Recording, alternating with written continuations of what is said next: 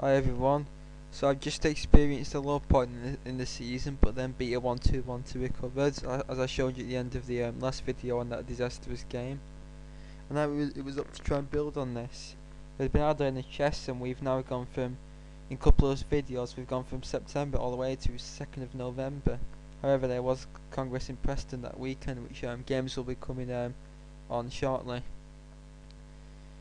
But this is a Manchester League match. It is in the cup. We was aiming for a cup upset because we're 3Cs3 in the C division, where we was playing Stockport 3, but they're in the B division. However, we seem to be upgrading them on some boards, and this is one of them because I was playing Marc Jackson 130 ECF and I'm 141. There's a bit of context to this where we played when the fourth teams played each other last year on board 1. When he was, I was only 114 and he was I think 126 or 125. And actually, I won that game. Quite luckily, I went on time. I was a piece up, but I only had one pawn left in the end game, so it'd been difficult to win. But his flag fell, thankfully, and mine was about to fall as well. He'd been outplaying me a lot of game actually, but when it got to time scramble, I took over with the help of all this 1 minute sweat. Anyway, onto the game. Last time he actually played the birds against me, but he's a bit more careful this time and plays 1 knight f3, and now I played e6. I was now playing the Dutch, on the Stonewall Dutch in particular, and I didn't want to go f5 on me, won in my first game, so I didn't fancy getting this anti-Dutch called the Lichting Gambit. You have to f6 e4, knight g5, and there's a bit of theory which I'm not too sure about, even now. And you get hacked if you're not careful. But I don't think he'd done that, because I went e6, and he went e3, rather passive, and after f5, knight c3, knight f6 and b3. This is a rather unorthodox setup, this, I think.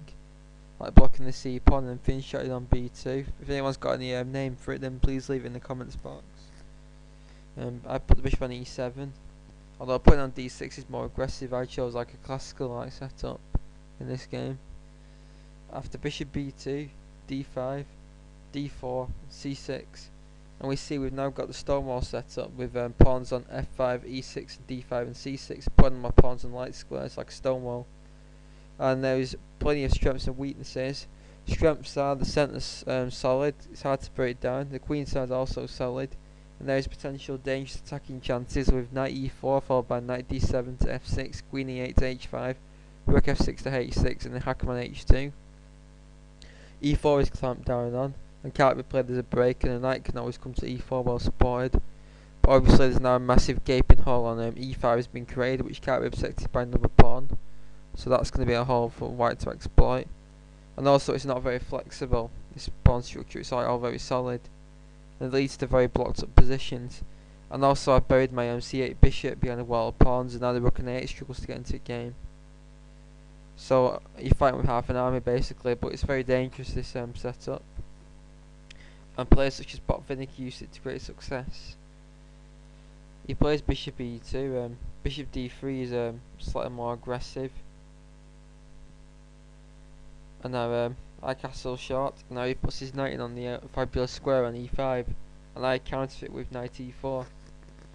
And just so you know, if they take your knight off, then you usually take it with the f pawn to open up the f file for rook. And this is good for black this already. Castles. Now I play knight d7, challenging this strong knight, and now he retreats it to stop me swapping it off with knight d3, and now I play knight df6, bolstering that knight, but then he kicks it away with f3.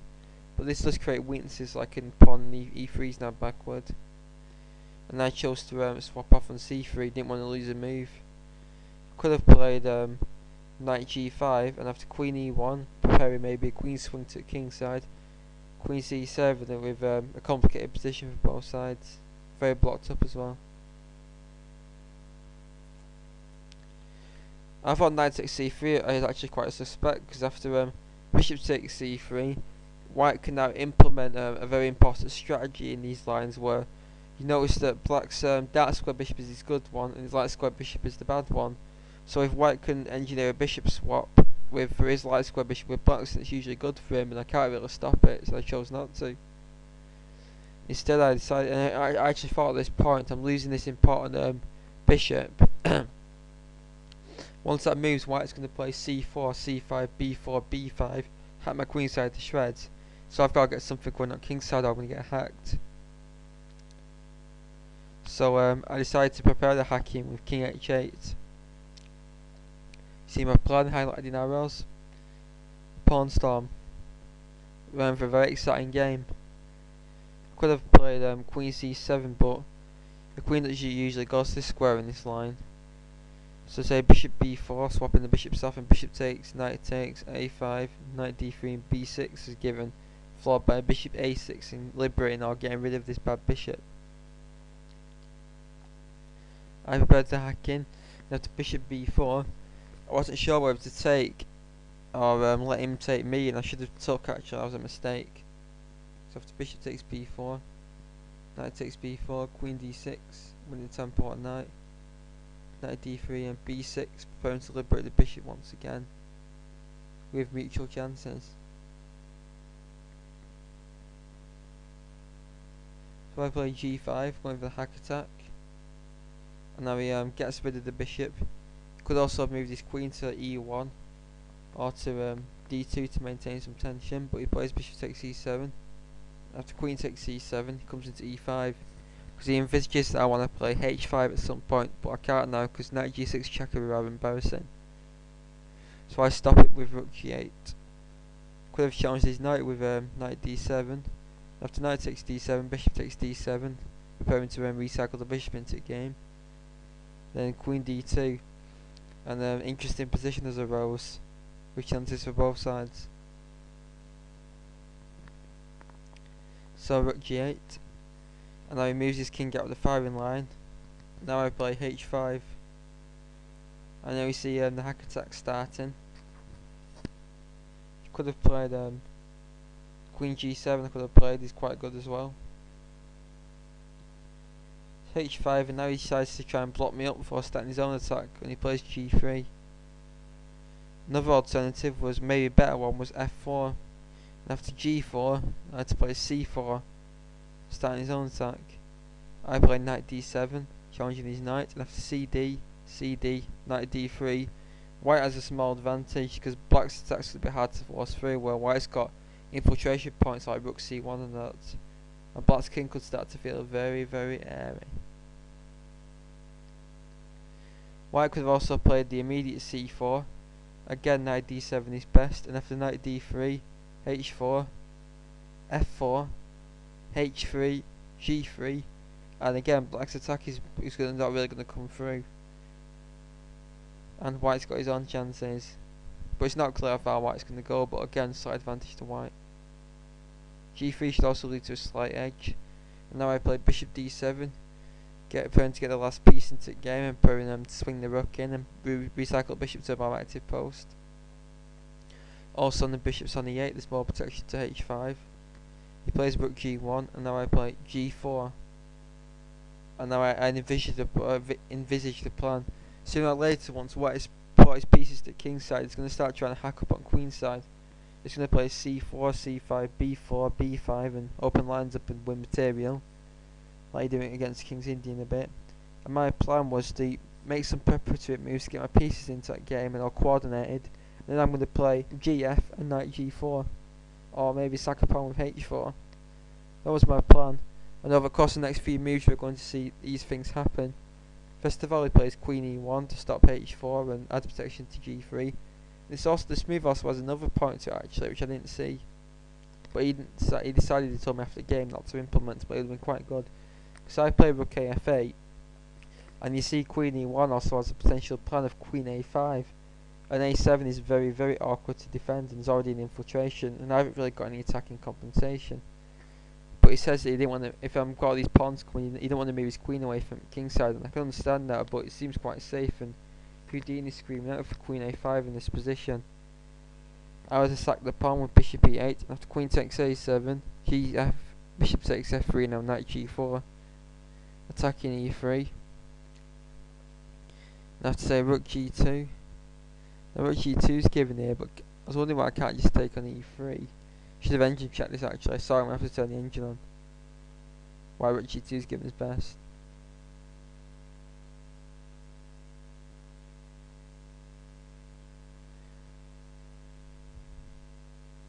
Well, it's actually giving us equal with knight takes e3.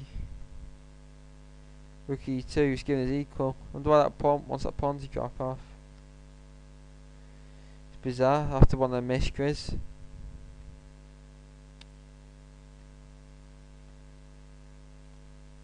Right. So I better to put the engine on. So knight takes e5, d takes e5, h4. And black's got some compensation for the pawn, but it's not clear how he's going to go. But he plays c4, beginning his own attack, and I've highlighted the plans from him. And now I bring my queen more close to the king side with queen h7. Also preparing in sublines, maybe queen can come to e4 or adding protection to e4. And also preparing h4, maybe, if possible. Now he plays c5. So you see the plan. b4, b5, bc, rook b1. Or a4, b4, b5, bc, etc. Basically the queen side is going to be opened up, and I regret pushing all these pawns because he can get to my king. He can like sneak around the back. And then be 1-1 with keeper. aka my king. And I decided that his attack's actually quite slow. He could have maybe played a faster one with CD, ED, F4. And that's a very good pawn structure that are, by the way. And it also stops my G takes F3 plan. But it does leave a massive hole on E4, so that's probably why he didn't do it. So bishop E6, bishop D3, now H4, G takes H4, knight D7. Followed by removing the knight perhaps, and then trying to win the H4 pawn and trying to get out white's king. Because in the Dutch you have to be prepared to sacrifice pawns a lot to open lines up, or you get hacked on the queen side. It's very aggressive opening. He plays C5 though, and preparing the minority attack perhaps, where his B and A pawns going to attack my C, B and A pawns, leaving me with a weak pawn and infiltration points. I decided I can afford another preparation move, so I play bishop e8, and now he plays b4. Now I decided to open stuff up, but there's an interesting line which I didn't actually look at, because in Manchester League it's only an hour and 15 minutes for 30 moves and then back 20, so you don't want to be bogged down in too much analysis. It's quite fast. But if it was a 4-CL game, I'd certainly be looking at h4, exclamation mark, question mark, and now there's a couple of moves. One is just to take the pawn with g takes h4, and now I play g takes f3, bishop takes f3, and rook takes g1 check. And white has two moves. He can take with the king, which keeps defensive h4 but allows a check.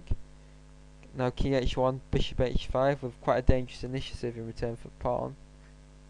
Or he can play queen takes g1, giving the pawn back, and after queen takes h4, you can now get the queens off, and after takes king g7, an equal endgame has arisen. This is about equal, this I'd say. Both sides would fancy the chances of winning perhaps. White's got a weak pawn on g3 and e3, whereas White's also got the potential for a minority attack to leave me with a weak pawn. And White's got a slightly more active as well. So about equal. Instead of h4, White could try for more with fg, fg and gh.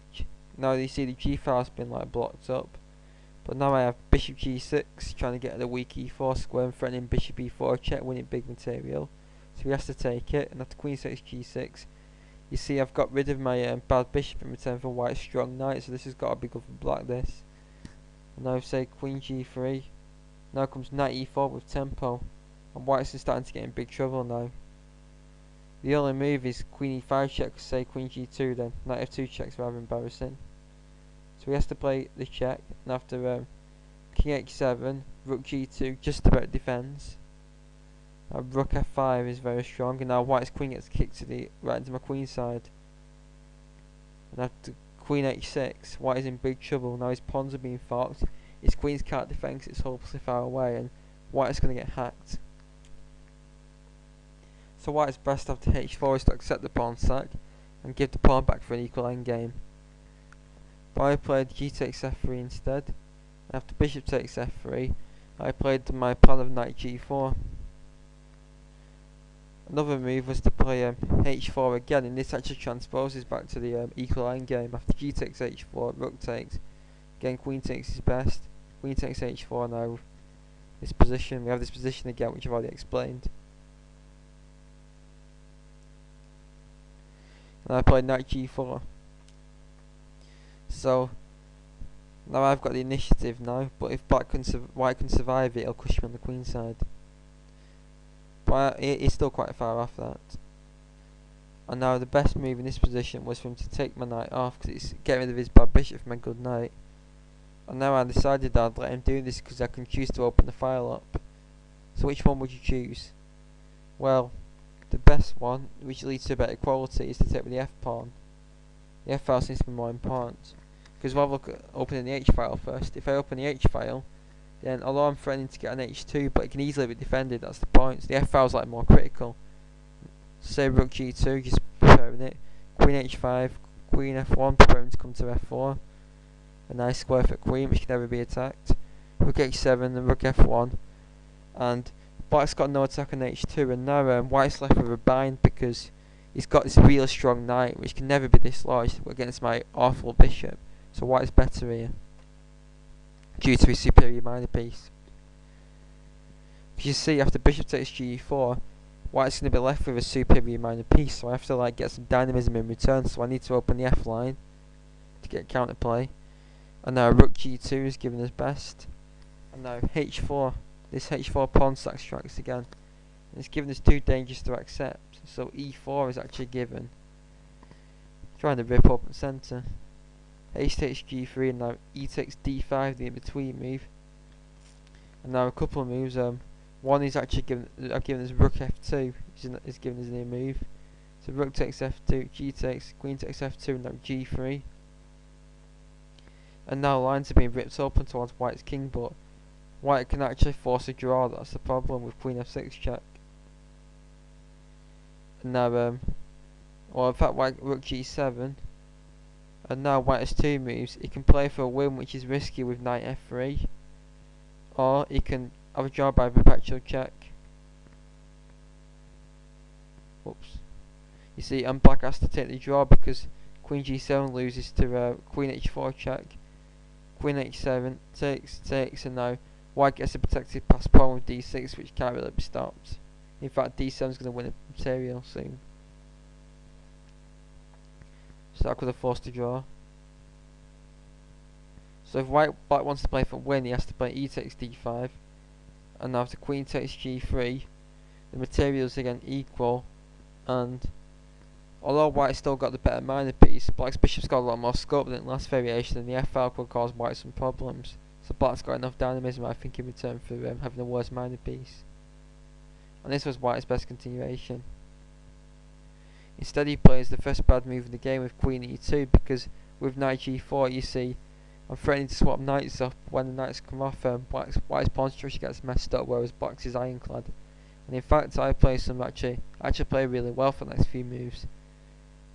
Well, only for the next few moves though. So I play knight takes c5, d takes e5, and now I've got my own weakness on h5, so I eliminate it and give white another weakness with h4, which is the only move to keep an advantage. And now, if g takes h4, and after queen takes h4, say rook b1, takes, rook g8, and black is better, just uses better pawn structure. Instead he tries to keep pieces on with queen f2, protecting g3, and I played hg. I could also have maintained the tension with queen g7, and in fact there's no way to defend the e5 point except the passive move queen b2, which just allows lines to be open with fg. So he has to take, and after queen takes e5, now he plays h5, and an incredible manoeuvre is actually given as best, with king h7, queen d2, and then king h6, just marching the king up to take the h5 pawn. I just love that, and I just love that manoeuvre. Just absolutely brilliant. It's like Nigel Shorten do. And black doesn't fear e4 check because of f4. So I hg I played instead. And after rook takes, queen takes, rook g8, queen f2. Queen f4 is a slightly better square for queen. My plan is actually just to try and swap pieces off, because my superior pawn structure will lead to a winning any king and pawn endgame. And also because my bishop's bad, I want to get rid of it anyway. So he plays bishop h5, and he makes another mistake by letting me used to complying with it. He should have like maintained the tension with a3. And in fact, playing a3 to support b4 to support c5 becomes critical soon. So bishop takes h5, queen takes h5, and now rook g1. Which looks like a bad blunder to me. Again, a3 should have been played. But now she's trying to take advantage of white's rook not being in game with queen g4. Threatening queen e4 check. So rook f1. So if I check, then queen f3 can be played. And now b6. Trying to start operations on the other wing and trying to leave white with the principle of two weaknesses. So first of all, cb, ab, and now the principle of two weaknesses occurs. Black's g-line pressure means that white's queen and rook can never go far because white will be mated, but on the other hand, white's going to have to soon stop black's passed pawn as we're coming with c5 and d4. So white's going to be overloaded and will be lost. So white can't allow that and has to play queen f3. And now bc, queen takes, rook takes, and rook g4 gives black excellent chances in this rook and pawn endgame due to all white's pawns being isolated and doubled. Whereas black's are much stronger, a7 is the only weakness. However, even if black does win the pawn or two, rook and pawn endgames can be hard to win, but this will give black excellent winning chances. But this was best continuation for white. He plays rook g1, and now two options. One is to take off, and one was rook g4, which isn't quite as strong because after rook takes g4, black can't take with the pawn because all of a sudden white's winning after queen f8 check, because black can never allow white's queen in, or black's superior pawn structure gets ruined by, say, this continuation. You see, the key thing for white is black is never let white's queen in at all costs. So rook takes g4, queen takes g4, queen f4. Now, you should never swap off into a king and pawn again unless you're completely sure that it's winning for you or there's no better alternative. So I just maintain tension with king h7. And this gives black good winning chances, but not as good as in the game. Because after rook takes g1, this is winning material by force and punishes white for leaving this b4 pawn on pre, because the best continuation is to take with the king. Because queen takes g1 allows queen f3 check, queen g2, now queen takes e3. Now white can try and get a perpetual with queen g6, but now comes a series of checks.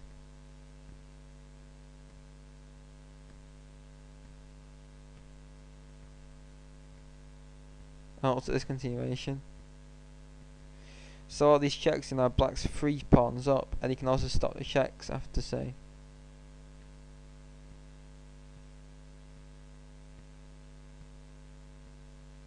There's no more checks, so queen a6 is answered by queen g7 with check, and these pawns are going to steamroll white. 3 connected passed pawns in centre is just way too much.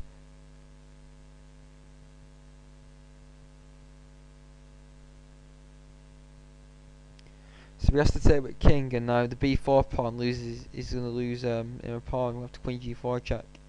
Forking both of them. So after queen g2, queen takes b4.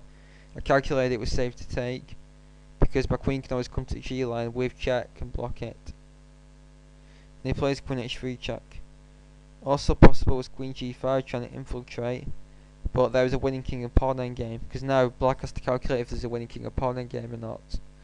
You see black's threatening perpetual, but now comes queen g4, queen takes g4, f takes g4, and it looks like it's going to be equal material with that pawn dropping off. But after king g2, it seems actually now white's actually going to be winning because of the outside passed pawn he's going to be left with. But the critical thing is that I can now start operations on the queen side with b6, and the second and another passed pawn is going to be created.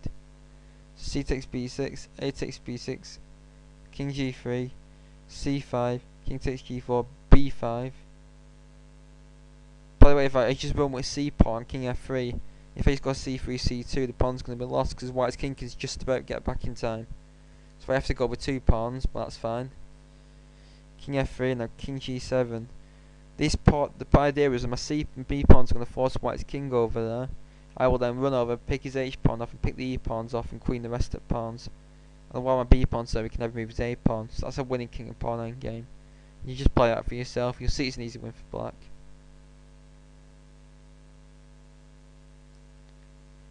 So queen g5.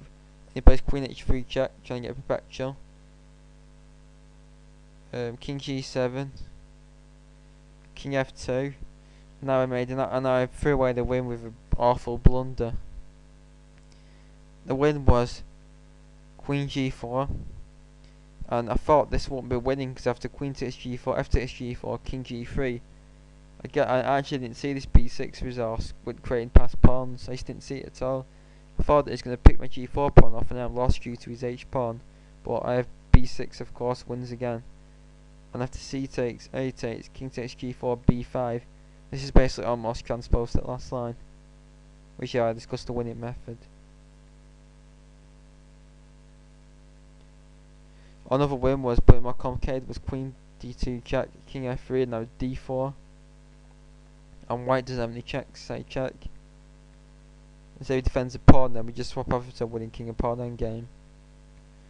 And then again, this is winning because the passed f pawn can force white's king to defend it, and then I'll run in and pick the e pawn off, and then the c pawn, etc. As long as I keep an eye on white's h pawn, it's an easy win.